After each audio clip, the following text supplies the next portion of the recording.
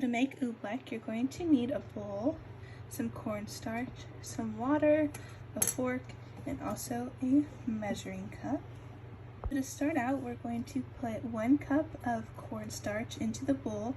Since this is a half cup measuring cup, we're going to do 2 of these.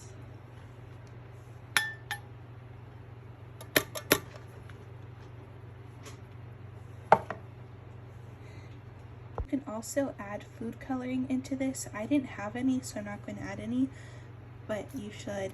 Then use the fork to kind of break up the cornstarch a little bit. Make sure there's no large chunks or anything like that.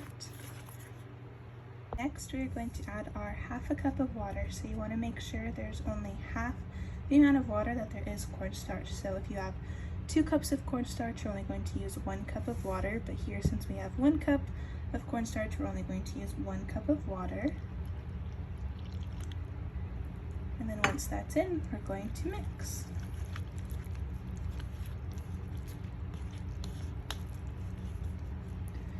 So you can see it starts to chunk up a little bit. It gets a little harder to mix here.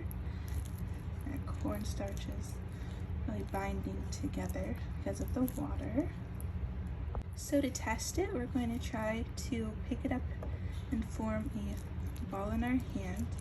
So when you have it in your hand, you should be able to form that ball, but the minute you let go, it's like it's melting. That's because of it breaking the law of velocity set by Newton. So you can see it's running the minute you let go of it, but when you hold it in your hand and you ball it up, you're able to form a ball like that, but the minute you let go, it turns into a runny liquid again. So Oobleck is a non-Newtonian fluid because it does not follow Newton's law of viscosity, because stress is needed in order to create that viscosity. So when we squeeze our hands together with the Oobleck inside, there's that stress which is created, which allows it to kind of ball together, and then the minute you no longer have your fist together, that stress is gone, and so the fluid is able to just run all over the place. So that goes against Newton's law of viscosity. Another example would be ketchup. When you shake the ketchup, it becomes a lot runnier than what it is just when it's sitting there by itself. So Oobleck is a non-Newtonian fluid.